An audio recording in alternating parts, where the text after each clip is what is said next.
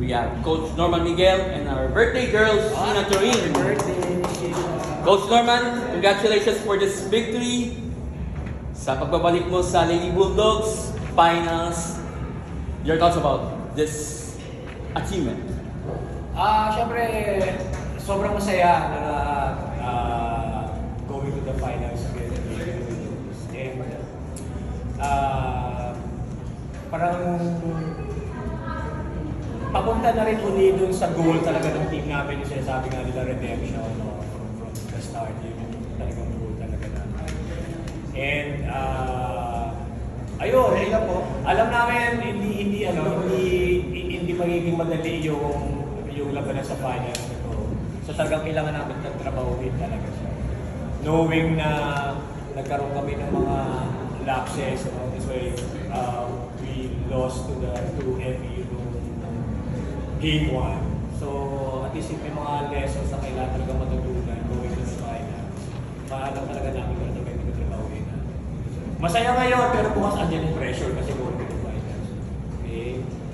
Thank you to Sheena. At birthday, you had 5 attacks, 6 blocks, 2 service aces, and 2 digs. So, may block party ka sa birthday mo. Ano masasabi mo na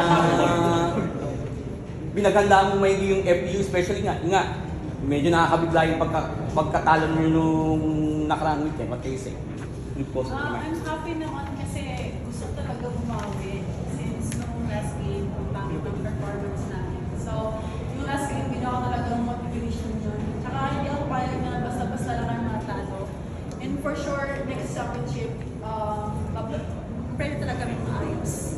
Talaga. And sana sa ibang team namin, mag-improve pa kami and prepared dapat kami sa championship. Thank you, Sheena. Bukas mangyayari. To Eliza Salomon, you had 8 attacks and 1 service ace. What can you say? You think na nakakabawi ka from the last game's performance? Do you think anong assessment mo? Nakakabawi ka na from yung last game na natalo kayo?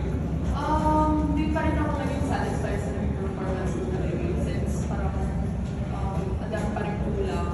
Pero siguro bukas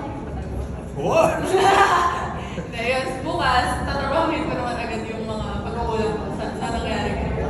Yan po.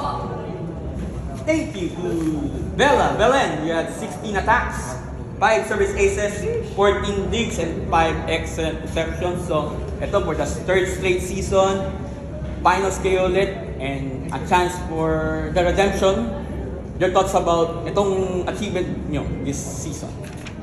Siyempre, yun nga, happy kami na nakabawi kami sa FEU and yun nga, sa finals na kami. Pero hindi kami titigil porket pasok na kami sa finals. Kasi hindi pa naman tapos yung goal namin and hindi pa namin siya nakukuha. So yun nga, masaya kami ngayon pero balik ulit sa training bukas kasi for sure yung kalaban namin nag-prepare pero syempre yung preparation namin mas lalo pa namin sisipagan para pagdating ng finals talagang ready kami.